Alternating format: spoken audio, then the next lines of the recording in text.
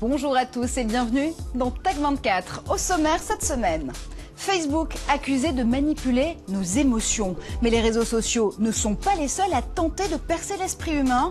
Entre business et intelligence artificielle, Tech24 décode la science des rêves dans un instant. Et dans Test 24, Guillaume Gralet du magazine Le Point s'essaye au tout premier animal bionique, Avitron, l'oiseau radiocommandé. Facebook jouerait-il aux apprentis sorciers? Le roi des réseaux sociaux est accusé d'avoir manipulé les émotions de près de 700 000 de ses membres. L'entreprise a d'ailleurs admis dans une revue scientifique avoir filtré le contenu des pages visibles par ses utilisateurs afin de tester leurs réactions. Une expérience menée à grande échelle et à leur insu. Mais Mark Zuckerberg n'est pas le seul à s'intéresser à cette contagion émotionnelle. Explication.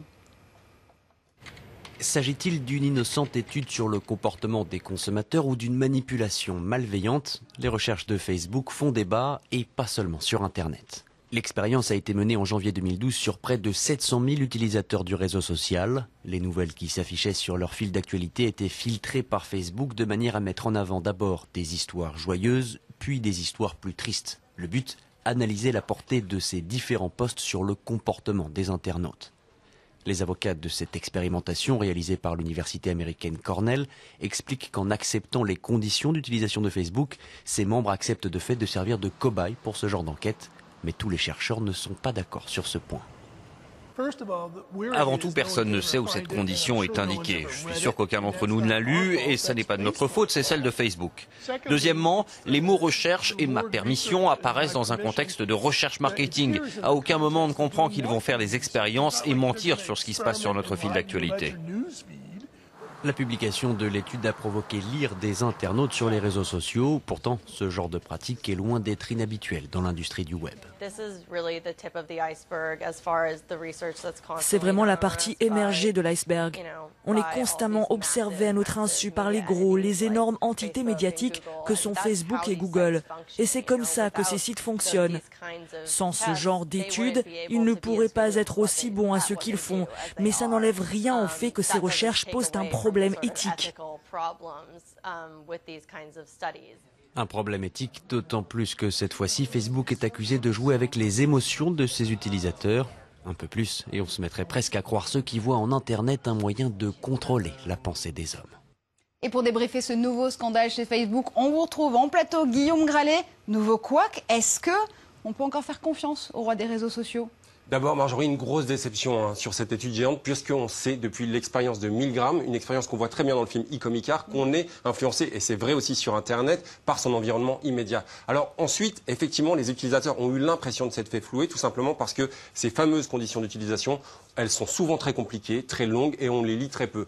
L'importance, et Janet Vertesi, professeure à Princeton, l'explique, c'est la question jusqu'où est-on prêt à aller dans l'observation des êtres humains, l'observation de la réelle nature, pour essayer de répliquer, essayer de comprendre une intelligence artificielle. Et c'est ça qui est important. On a l'impression qu'une limite a été franchie. Est-ce qu'on pourrait très clairement analyser nos rêves pour mieux anticiper nos besoins de consommation, nos besoins de consommation d'infos? C'est extrêmement stimulant, Marjorie, vous avez raison. Dites-moi ce dont vous rêvez, Marjorie, et je vous dirai... Je vous le dirai jamais.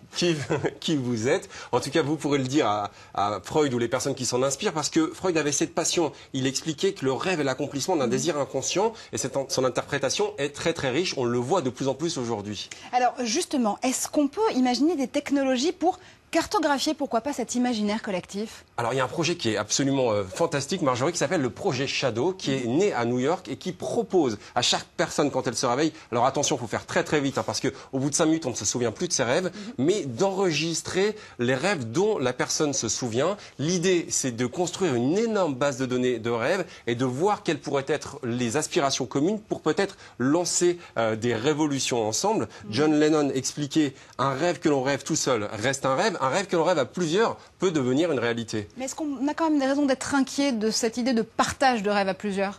On peut être très inquiet, Marjorie, et on le voit bien dans la science-fiction, on le voit dans 1984, on le voit dans le film Inception, où des personnes arrivent à prendre le contrôle de vos rêves, arrivent à s'inviter. Ce qu'il ne faudrait pas, c'est une surveillance de vos rêves, ou également de condamner des personnes parce qu'ils ont rêvé qu'ils étaient en train de faire un crime, par exemple. Alors le souci, c'est qu'il y a des geeks qui rêvent, eux, et ce dont ils rêvent, c'est d'influencer nos propres rêves.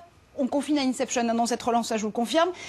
Et tout ça, ils peuvent le faire grâce à quoi? Grâce à un bandeau électronique. Concrètement, ils vont monitorer notre pensée. Effectivement, il s'agit du projet eWings de Aurora. En fait, ces inventeurs s'intéressent à seulement 2% de notre sommeil, mais c'est un sommeil extrêmement important, le sommeil paradoxal, pendant lequel on va pouvoir aller vers des rêves lucides. C'est lorsque l'on cligne un peu des yeux, en anglais on dit Rapid Eye Movement, et c'est à ce moment-là où on va pouvoir se rendre compte, Marjorie, qu'on est en train de rêver, qu'on va pouvoir influencer, par exemple, d'être avec un milliardaire, de s'échapper, un petit peu tout. On va pouvoir essayer de transformer nos rêves en réalité. Et là, on va confiner à la fin de cette chronique, je vais dire, à l'apothéose de la connaissance de nos rêves. Ce n'est pas un spoof, ce n'est pas une fausse pub, c'est bien réel. Ça s'appelle Dream Generator, un générateur de rêves. Et c'est une agence de voyage qui s'engouffre dans la brèche et qui propose une solution commerciale en étudiant nos rêves.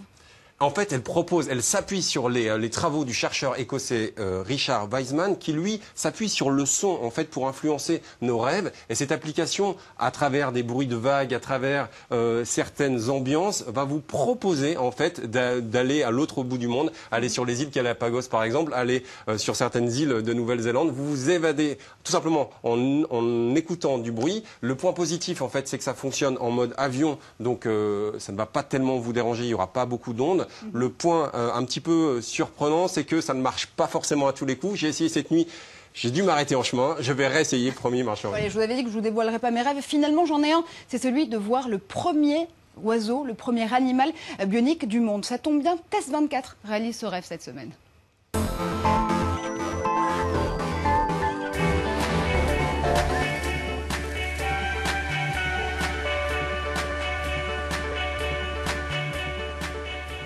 On se retrouve hors studio avec, vous le voyez, un oiseau bionique radiocommandé. Il s'appelle Avitron et ce qu'il nous promet, Guillaume, c'est l'élégance d'un oiseau et les performances d'un avion.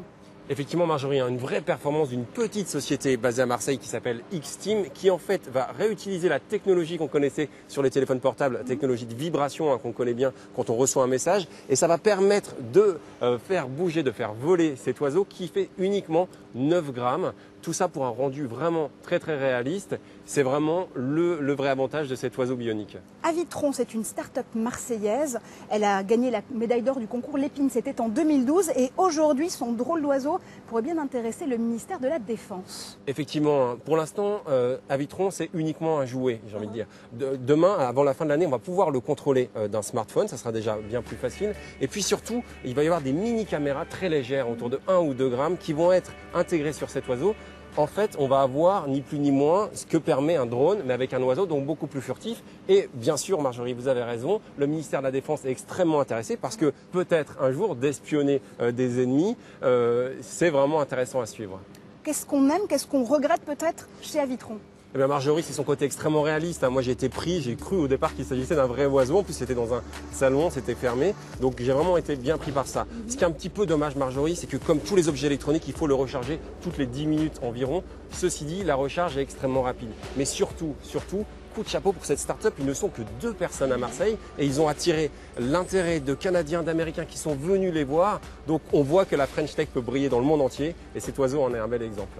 Un oiseau à retrouver sur mybionicbird.com. Et on se quitte cette semaine avec une machine aussi hypnotique qu'Avitron. Playhouse, c'est son nom, est une boîte à rythme géante tout en Lego qui peut reproduire des morceaux d'Acid House. Elle a été créée par 2 DJ britanniques à l'occasion du festival Audiograft 2014. Restez connectés, on se retrouve la semaine prochaine sur le plateau de Tech 24.